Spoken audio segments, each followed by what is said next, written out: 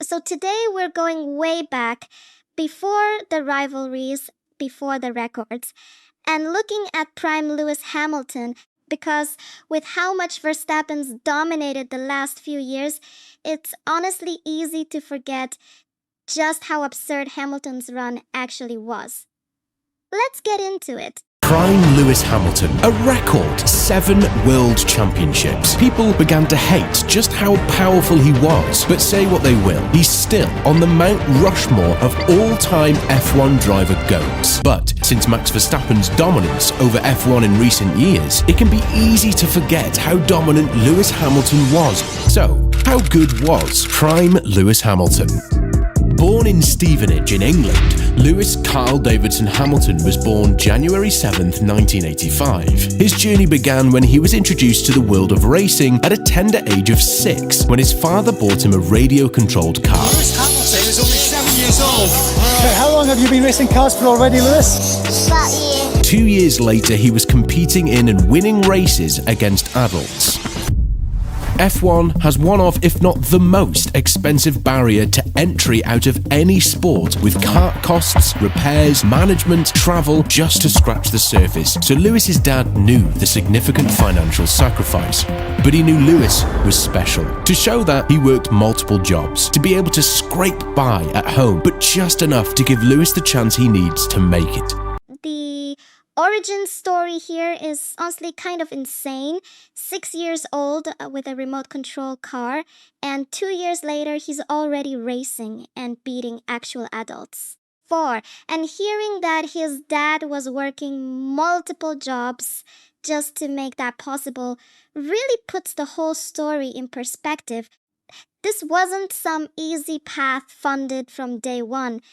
And in 1998, at the age of just 13, Lewis was signed to McLaren's Young Driver program. Did Lewis do well? 2001, European and World Karting Championships. 2002, Formula Renault UK Series, finishing 3rd. 2003, won the championship title and grabbing a seat in Formula 3 with Manor Motorsport. 2004, a respectable 5th, but 2005, it wasn't even fair, winning 15 out of 20 races. And of course, claiming the title. People were starting to realise this was no ordinary kid. 2006, Lewis moved up to the GP2 series and won the GP2 championship in his rookie season. And then, it happened.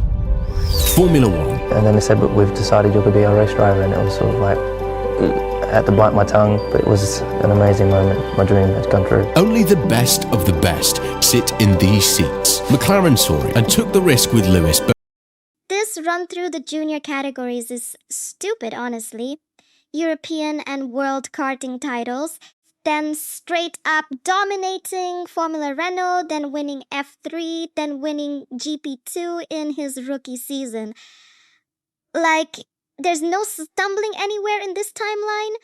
He just wins at every single level he touches. But then you realise who was in McLaren's second seat. None other than Fernando Alonso, the current defending world champion. If there was ever a mentor Lewis could have, he couldn't have struck it better. So, in 2007, it was his time. How did he do? Lewis finished on the podium in his first 9 races and won his first Grand Prix in Canada. Lewis Hamilton wins! Surely the first of many. The world is at his feet. He narrowly missed out on the championship, finishing second by just 1 point. It's all over, Hamilton's 7th. But 2008, he did it. But he is going to claim 5th place, which is all he needs to do to become Yes! the 2008 Formula One world champion. At the time, he became the youngest ever F1 champion at 23 years old. Getting paired with Alonso as a rookie teammate is such a wild first test, because that's literally the reigning champion sitting right next to him, and Hamilton still finishes on the podium in his first 9 races. Missing the title by 1 single point in his rookie year is brutal, but then coming back and clinching it the very next season at 23, that's just a statement. I say at the time because Sebastian Vettel, you are the world champion! So it began, showing the world just how good he is, and now he had the financial backing and one of the best cars on the grid. He just took the championships by storm from here on out, right? Not exactly. Over the coming years, Lewis was still driving extremely well, but McLaren was struggling to provide a consistently competitive car. What was that all about then? 2009, 2010, 11, 12, and 13. Consistent, just consistently off. This stretch is honestly the most human part of the story so far, because it's not all wins. 5 straight seasons where the car just wasn't good enough. And you can tell that's frustrating for a driver who's clearly still performing at a high level with nothing to show for it. Meanwhile, Mercedes was looking to build a championship-winning team. They offered him a bold vision and a lucrative deal, convincing him to make the switch. In September 2012, Hamilton announced his decision to join Mercedes for the 2013 season, a move that surprised many in the racing world. But Lewis saw something. This could work really well for Mercedes. They timed it well. Oh, he went in the wrong pit. Hamilton went into the wrong pit. Well, it was going to happen at one stage during the year, wasn't it? Hamilton secured 5 pole positions and won the Hungarian Grand Prix, showcasing glimpses of what was to come. It may have came in 4th overall, the same position as where he's been in the last 4 years, but what that year did give them was time. Time to adjust to Hamilton's style, time to modify their car, and time to learn. The move to Mercedes is such a gamble in hindsight, because on paper he's leaving a historic team for one that hadn't won anything yet. Finishing 4th in that first year doesn't sound impressive, but it's basically him learning the car while Mercedes was learning him, which sets up everything that happens next. Especially when 2014 was a big change in F1 history, introducing the 1.6-litre turbo hybrid engine. And Mercedes had a secret weapon. The 2014 race season is powered by a technical revolution, the power unit. With Hamilton's skill and Mercedes' engineering prowess, the stage was set for dominance. Fantastic job, Lewis. Fantastic and really great racing. How do you feel? One win after another. Home Grand Prix win. Beautiful work. England! This man and this car was just leagues ahead of the rest. But if you think it was all clean sailing, you'd be wrong. You could have done. I was on the pole lap. But you think he could have done it deliberately? I wasn't saying that. I'm not saying anything. So I'm going to do it, my brakes have failed. I'm going to try and fix what I did today. But through it all, World champion! I can't believe it! Finally, you can say you are a double world champion. That sounds really cool. And this is where it clicks. New engine regulations completely shake up the grid, and Mercedes just happens to have built the best power unit in the field at the exact right time. That kind of timing, combined with actually having Hamilton in the car for it, that's basically the start of the whole era we're about to watch. there are 2 drivers for each team, and Lewis's teammate wasn't messing around either. In steps Germany's own Nico Rosberg. This man was an incredible driver, all in himself, and even though they were teammates, they were anything but, in what will become one of the biggest rivalries in Formula 1 history. Are you a friend again? Of course, we're teammates. The video on that is coming up very soon here, so subscribe. Lewis was near untouchable all season, finishing the season in the lead by a sizable 67 points. All season, he either won or the car was retired. The legendary run of Lewis Hamilton has begun. Now here's where it gets personal because Rosberg wasn't just some teammate keeping the seat warm. This guy was genuinely fast and genuinely competitive, and you can already feel the tension building even while they're publicly saying they're still friends. 2015. It was a little different. Nico knew the car better. Mercedes knew Nico better. All season, it couldn't have been more back and forth from one race and then the next race. Well done, Lewis. Great drive. As far as a season goes, seeing 2 people running for the top spot for the entire season is exactly what Formula 1 is all about. But in the end, That is it. World champion, pal. That's the greatest moment of my life. second championship in the bag with no end in sight, right? Before that, we need to ask ourselves, what made Lewis so good in the first place?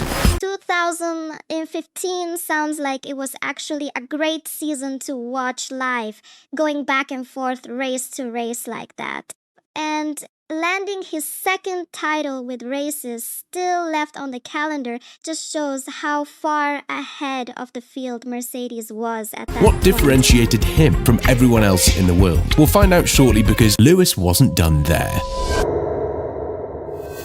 2016, a year to remember, a year dominated by Mercedes with them winning 19 out of 21 races. But with regards to the drivers themselves, it couldn't have been closer. Australia Race 1.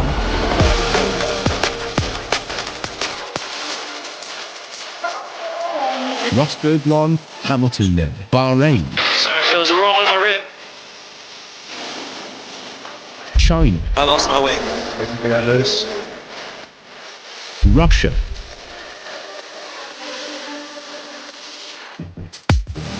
Excellent job, Nico. Well done. But now we enter race 5, the Spanish Grand Prix. This is where the rivalry went from bad to worse. Turn 3 we go, and it's Nico Rosberg and Hamilton's onto the grass, and Hamilton's had a massive crash, and he's crashed into his teammate. The two Mercedes come together. Saw a gap and I went for it, and that's what racing drivers do. Definitely didn't expect him to do that. Gutted for all my fellow colleagues. There's 1,300 people that work for this car, and you naturally just feel like you let them down. To let them down was to put it lightly. And This Spain crash is where the rivalry actually turns ugly though. Teammates colliding with each other is never a good look, and you can hear it in his voice afterward, that guilt about letting the whole team down. Meanwhile, a fresh-faced Verstappen just casually wins his first race in the chaos, which is such a funny detail knowing what happens years later. new fresh-headed driver took his first win that day, Max Verstappen. I wonder if he'll be any good in the future. This whole season was a movie, so expect a video on this topic too, but throughout the season it was the battle of Mercedes, as the rest of the grid just had to watch from afar. Excellent drive, Nico. Awesome stuff, Lewis. Race after race, sheer dominance, all the way down to the very last race, Abu Dhabi. 5.5 kilometers, 21 turns, and for a race famous for starting in the day and ending at night, the setting couldn't be better. Rosberg was 12 points ahead of Hamilton going into the final race, and with 25 points for the winner, it was all to play for. It's critical now that we start passing Verstappen. Lewis is trying to go slow as he can out front. Hamilton's like, I will not clear off into the sunset. Lewis, this is Paddy. We need you to pick up the pace to win this race. That's the instruction. It's come down to the wire, but he's surviving with Sebastian Vettel pressurising him all the way. Lewis Hamilton wins the Abu Dhabi Grand Prix. Lewis did it. Or did he? Lewis needed Rosberg to place 4th or below, but it was not meant to be. So yes, he won the race, but lost the championship. Nico Rosberg is second. He takes the championship. Yes! World champion! Brilliant! The German held his own and secured his one and only world championship. The Abu Dhabi finale is genuinely stressful just to watch as commentary. Him trying to back the whole field into Vettel to cost Rosberg points. That's such a desperate, ruthless move. And winning the race, but still losing the championship by 4 points is one of those brutal sports outcomes where doing everything right still isn't enough. In a shock twist of events, as the dust was still settling, 5 days after this race, he made a shock announcement to the world. I want to take the opportunity to announce that I've decided to end my Formula One career. Met with shock, but eventually respect. It's a bit of a bombshell, the announcement of your retirement. Yeah, of course, a little bit surprised, but at the end of the day, it's his own decision. I admire the decision. He bowed out at the top so his legacy could be cemented. A remarkable moment in Formula One history. Rosberg retiring 5 days after finally beating him is such a wild way to end that whole chapter, going out right at the top instead of trying to defend it. That's a decision you don't see many drivers actually make. For Lewis, his main obstacle was out of his way going into the 2017 season, and with a fresh, blue-eyed Valtteri Bottas taking Rosberg's place, nothing could stop Lewis now. 2017. Lewis Hamilton does it in 2017. 2018. Car number 44 has really been the number one once again. He comes home to win the Abu Dhabi Grand Prix and to crown a championship-winning season. 2019. It's Lewis Hamilton, champion of the world! By far and away, the driver of 2019. 2020. Lewis Hamilton wins the Turkish Grand Prix and is a 7-time champion of the world! Lewis Hamilton was just unstoppable. But how? With Rosberg gone, this next stretch is basically just Hamilton cleaning up. 2017, 2018, 2019, then tying Schumacher's 7 titles in 2020. At some point, the story stops being about whether he'll win and just becomes about how many more he's going to add. With Bottas in the same car as him, how did Lewis just keep winning? Let's break it down. I could sit here and talk about his training regimen or his mental preparation, but at this stage of the game, every driver on the grid has this, as companies have invested hundreds of millions into these drivers. How do I prepare for G-Force?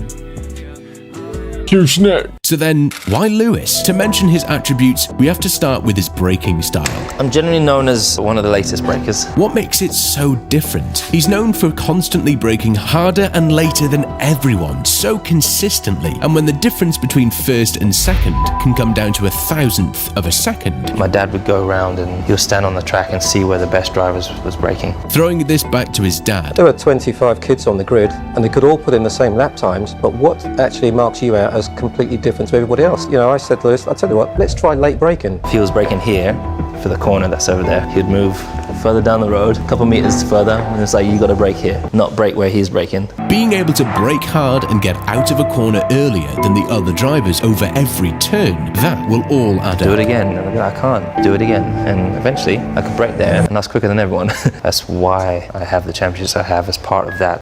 Okay, this braking style breakdown is genuinely the most interesting part of the video for me, because it's not about raw talent, it's about his dad literally standing trackside, studying where the fastest drivers were braking and pushing him to go even later than that. That's such a specific, deliberate skill to build rather than just something you're born with. When he was younger, he was known in the karting communities for pushing the car too far. So to adjust to that, Lewis became a master of being able to balance the grip of the car to nearly perfection. And Lewis Hamilton goes through, so he's been gifted first. From the reports that Mercedes have put out, it shows that Lewis's car can be nearly 5 degrees cooler than his teammates when doing identical speeds. Sometimes that balance can go off, with Lewis's tyres blowing up mid-race, like at the British Grand Prix in both 2013 and 2020. Look at the state of that Mercedes car! And this tire management detail is wild too. His car running nearly 5 degrees cooler than his teammates at the same speed. That's not luck, that's genuinely elite car control. Though it's also kind of funny knowing that balance occasionally just goes wrong completely, like those blown tires at Silverstone. But Lewis now hasn't won a race in Formula 1 since December the 5th, 2021. And if he's won again since we wrote this, just ignore that. His first win in nearly 1,000 days. So what happened? Well, just like in 2014, 2021 brought on a new set of regulations from the FIA governing body. In a quick summary, big changes happened to the aerodynamics of the car. The floors of the car had to be cut diagonally now at the rear, which significantly reduced downforce. The rear brake winglets were shortened. Pirelli also came in and introduced a new construction for their tyres, aimed to be more durable and resistant to overheating, providing drivers with more consistent performance throughout the races. A year later, also followed up with a change to the car's power units. So all of these combined made the gates wide open to who would build the best car to adhere to these regulations. The winner? Max Verstappen wins in Miami, Baku, French Mexico. This regulation change context actually explains a lot about what happens next. New floor rules, new brake winglets, new tire construction. Basically, the entire competitive order got reset at once. So it's not really that Hamilton suddenly got worse. It's that the ground shifted under everyone at the exact same time. Watching this all laid out back to back really shows how ridiculous his prime actually was. From beating grown adults as a literal kid to tying a 7-title record that took Schumacher basically a whole era to reach. If you want the full breakdown, I'll drop the original creators link and channel down in the description. Go check them out. Thank you guys so much for watching. Don't forget to like and subscribe if you're new here, and I'll see you in the next one. Take care!